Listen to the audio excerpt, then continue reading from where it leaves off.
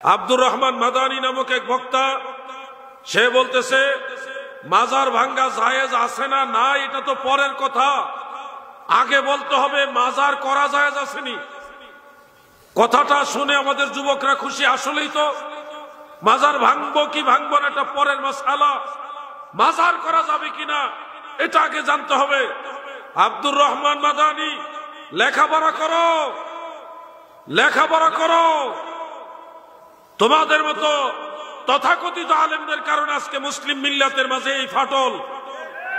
তোমরা লেখাপড়া করার ছাড়াই ময়দানে গিয়ে ফতোয়া সাপ্লাই দিয়ে দাও। মাজার কাকে বলে এটা আগে বুঝো। মাজার এটা ইসমে জরফ, জরফে মাকান। জরফ দুই প্রকার, একটা জরফে জামান আর একটা জরফে মাকান। যার আরবি অর্থ হলো মাউদিউ জিয়ারা, জিয়ারতের স্থান। যেই কবর মুসলমানেরা অধিক পরিমাণে জিয়ারত করে ওই কবরটাকে বলা হয় মাজার।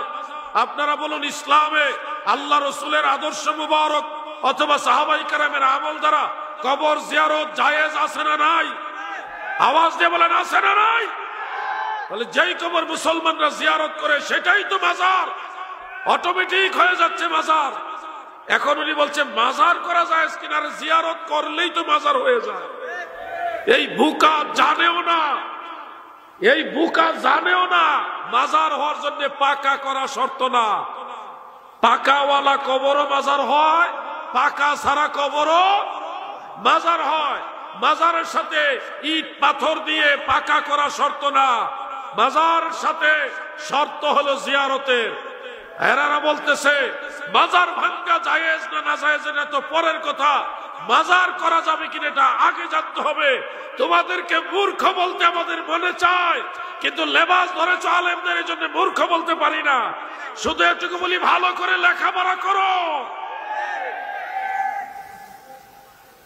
প্রিয় ভাই আমার, মুসলমানের কবর পাকা করা যাবে কিনা এই প্রশ্নের উত্তরে আমি বলবো অবশ্যই মুসলমানের কবর পাকা করা যাবে, যদি ওরকম যোগ্যতম হাকিমুল উম্মত পর্যায়ের মুসলমান হয়। তিন শ্রেণীর মানুষের কবর পাকা করা জায়েজ।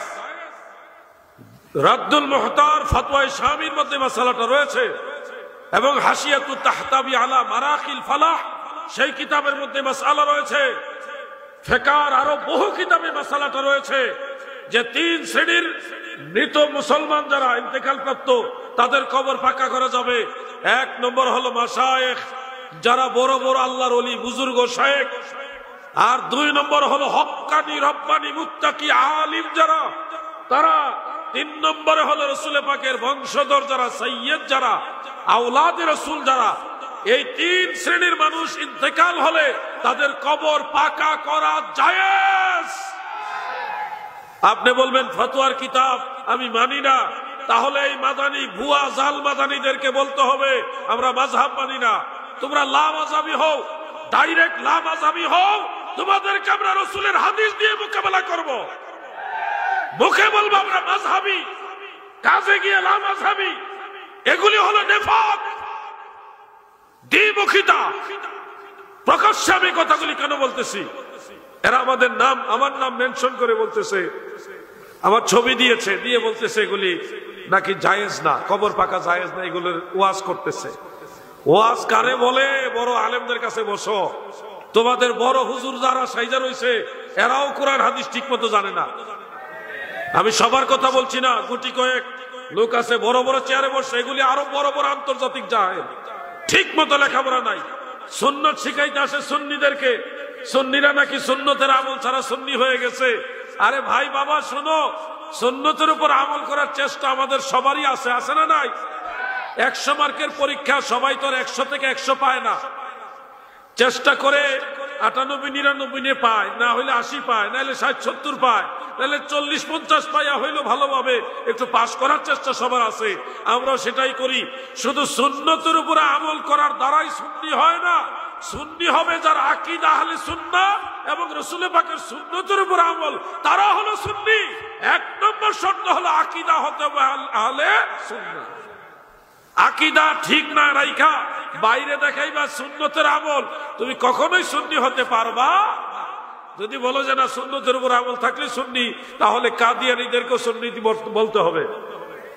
কারণ কাদিয়ানীরাও নামাজ পড়ে, দাড়ি রাখে, টুপি পরে, জুব্বাও পরে, রুমালও ব্যবহার করে, অনেক সুন্নতের উপরে কাদিয়ানীরা আমল করে। যে সুন্নতের উপর আমল করলে সুন্নি, তাহলে কাদিয়ানীদেরকেও তারা সুন্নি বানায় দিবে। আসল বিষয়টা হলো সুন্নি হওয়া না হওয়ার সাথে শর্ত হলো আকীদায়ে আহলে সুন্নাহ। সুন্নি আকীদা যদি থাকে, পাশাপাশি যদি সুন্নতের উপর আমল থাকে, তখন এই লোকটা হলো প্রকৃতপক্ষে সুন্নি। প্রিয় ভাই আমার, মাজার পাকা আর কবর পাকা নিয়ে যেটা বলতে চাই, যদি আপনি প্রশ্ন করেন হুজুর সাহাবীদের জামানায় কবর পাকা করা এটা ছিল কিনা, আমি বলবো অবশ্যই ছিল। স্টাডি করো ভাই, লেখাপড়া করো, লেখাপড়া করো। না জানলে যারা জানে তাদের জিজ্ঞাসা করো। সাহাবীদের মাজার বা কবর শরীফ পাকা করা হয়েছে। কারা করেছে? সাহাবীরাই করেছে। এবার বলেন সাহাবারা ভণ্ড ছিল? আপনারা ঘুমাইতেছেন নাকি? সাহাবীদের কবর শরীফ গুলো পাকা করেছে সাহাবীরা। এখন আমরা কবর পাকা করলে হয়ে যাই ভণ্ড। তো সাহাবাই কারাম নিজেরাই সাহাবীদের কবর শরীফ গুলি পাকা করেছে, তাহলে তাদের কথা মোতাবেক তো সাহাবীরাও ভণ্ড। নাউজুবিল্লাহ। বলবেন সাহাবারা কবর পাকা করেছে, কোথায় দলিল আছে? ভাই এই জন্যে বলছি লেখাপড়া করো। কবর ভাঙ্গা, উঁচা কবর ভাঙ্গার হাদিস হলো একটা, আর কবর পাকা করার হাদিস হলো 50টার উপরে। কয়টা হাদিস পড়েছেন ভাই? না জানি তো লাভ মারছেন। যে কবর ভাঙ্গা যাবে কি যাবে না এটা পরের কথা, আগে জানতে হবে মাজার করা যাবে কিনা। এই লোকগুলি জানেই না সে কি বলতেছে। আল্লাহ যেন এই ধরনের জাহিলদের কাছ থেকে গোটা দেশের মুসলমানদেরকে হেফাজত করে, বলে না আমিন।